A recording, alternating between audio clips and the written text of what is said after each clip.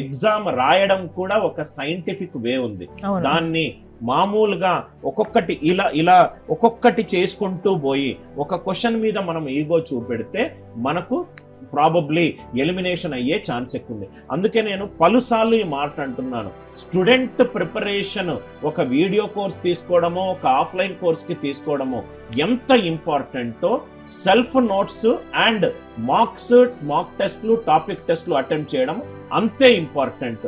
ఒక స్టూడెంట్ తనకు తానుగా ప్రిపేర్ చేసుకున్న నోట్స్, తనకు తానుగా ప్రిపేర్ చేసుకున్న షెడ్యూల్ విత్ డిసిప్లిన్ చాలా లైఫ్లో ఇంపార్టెంట్. అంటే నేను చాలా ఇంటర్వ్యూస్లో నేను చెప్పాను, లైఫ్లో గెలవాలి అని అంటే నేను బిలీవ్ చేసేది CDSE. సి అంటే కన్సిస్టెన్సీ.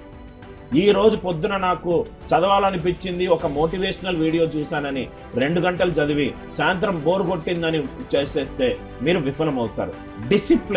డిసిప్లిన్ అంటే ఒక డెసిషన్ తీసుకున్న తర్వాత దాని మీద నెగోషియేట్ చేయొద్దు.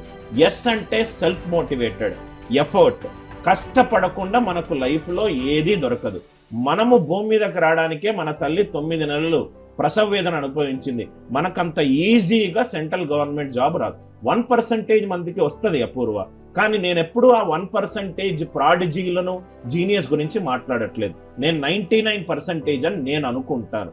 సో ఫస్ట్ థింగ్ స్టూడెంట్స్ చేయాల్సింది, మీరు గనక ఈ వీడియో చూస్తున్నట్టయితే ఫస్ట్ థింగ్ మీరు చేయాల్సింది, మీరు ఏ టాపిక్లో మీరు అన్కంఫర్టబులో దయచేసి దాని మీద ఎక్కువ టైం స్పెండ్ చేయండి. మీరు GS అన్కంఫర్టబులా, దాని మీద ఎక్కువ టైం స్పెండ్ చేయండి. మ్యాథ్స్ అన్కంఫర్టబులా, దాని మీద ఎక్కువ టైం స్పెండ్ చేయండి.